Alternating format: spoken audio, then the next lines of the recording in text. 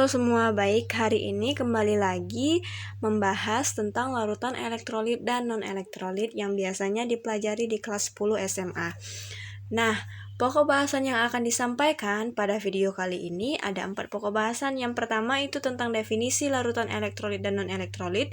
Yang kedua itu tentang penjelasan elektrolit kuat dan elektrolit lemah. Yang ketiga, penjelasan tentang teori ion Steph August Arrhenius. Yang keempat, daya hantar listrik senyawa kovalen dan senyawa ion. Lanjut, langsung kita bahas materi larutan elektrolit dan non-elektrolit. Nah, apa sih sebenarnya larutan elektrolit dan non-elektrolit? Sebelum masuk ke materi pokok definisi tersebut, kita harus mengetahui dulu larutan itu apa. Larutan adalah campuran yang homogen yang terdiri dari zat terlarut atau solut dan pelarutnya yang disebut solvent. Nah, berdasarkan daya hantar listriknya, larutan ini dibagi menjadi dua, yaitu larutan elektrolit dan non-elektrolit. Secara singkat, untuk definisi larutan elektrolit adalah larutan yang dapat menghantarkan listrik, sedangkan non-elektrolit adalah larutan yang tidak dapat menghantarkan listrik. Larutan elektrolit ini dibagi menjadi dua lagi, terdiri dari dua lagi. Ada yang termasuk elektrolit kuat dan ada yang termasuk dengan elektrolit lemah. Apa yang dimaksud dengan larutan elektrolit kuat? Dalam suatu percobaan kimia mengenai larutan elektrolit dan non-elektrolit, untuk larutan elektrolit kuat, itu ditandai dengan adanya gelembung gas dan nyala lampu yang terang, merupakan ciri utama bahwa larutan tersebut memiliki daya hantar listrik yang kuat. Kenapa? Karena di dalam campuran tersebut, ion-ion terurai menjadi ion-ion yang terionisasi sempurna yang ditandai satu arah pada persamaan reaksinya. Contoh misalnya reaksi ion natrium dan klorin. Itu menghasilkan senyawa NaCl, termasuk elektrolit kuat, karena apabila natrium dan klorin itu bereaksi, maka molekulnya akan terurai menjadi ion yang terionisasi sempurna, sehingga ditandai dengan gelembung gas dan nyala lampu yang terang apabila dihubungkan dengan elektroda. Yang kedua, ini contoh dari macam-macam senyawa elektrolit kuat yang berasal dari asam kuat, basa kuat, dan garam. Contoh dari asam kuat itu ada HCl, H2SO4, HBr, dan HNO3. Basa kuat ada NaOH, KOH, BaOH 2 kali, LiOH. Dan garam ada senyawa NaCl, KNO3, K2SO4, CaNO3 2 kali. Kemudian penjelasan mengenai larutan elektrolit lemah. Kalau larutan elektrolit lemah itu bedanya apabila di suatu percobaan kimia itu ditandai dengan gelembung gas yang sedikit, nyala lampunya redup. Berarti ini merupakan daya hantar listriknya lemah, nyala lampunya redup atau mati. Karena kenapa?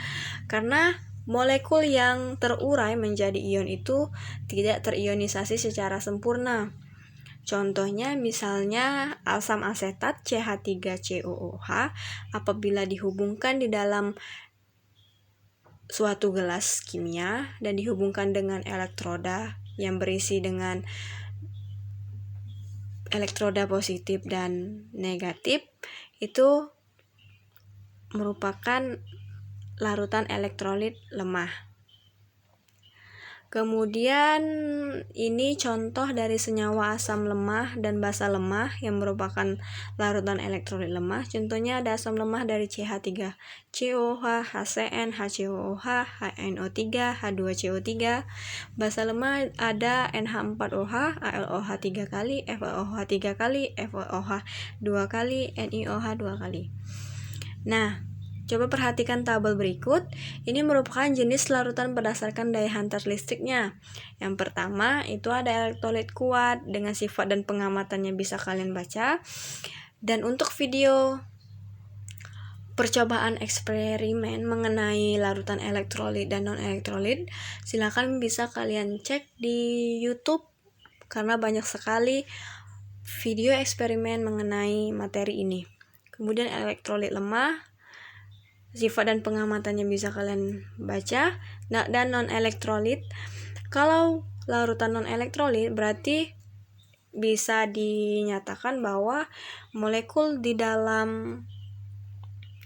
yang bercampur di dalam gas kimia itu tidak terionisasi, tidak menghantarkan listrik, lampunya tidak akan menyala, tidak terdapat gelembung gas. Contoh senyawa dari beberapa 3 jenis larutan tersebut bisa dilihat dan reaksi ionisasinya. Kemudian daya hantar listrik pada senyawa kovalen dan senyawa ion. Yang pertama bahas tentang senyawa kovalen. Senyawa kovalen itu adalah senyawa yang terdiri dari atom-atom yang berikatan secara kovalen. Senyawa kovalen terdiri dari molekul-molekul netral dan tidak dapat menghantarkan listrik, sehingga kebanyakan senyawa kovalen merupakan non-elektrolit. Kita bahas dari berbagai wujud pada senyawa kovalen yang tidak dapat menghantarkan listrik. Yang pertama, dalam bentuk larutan, ada juga senyawa kovalen yang dapat menghantarkan listrik, misalnya senyawa HCl, HNO3, dan CH3COH.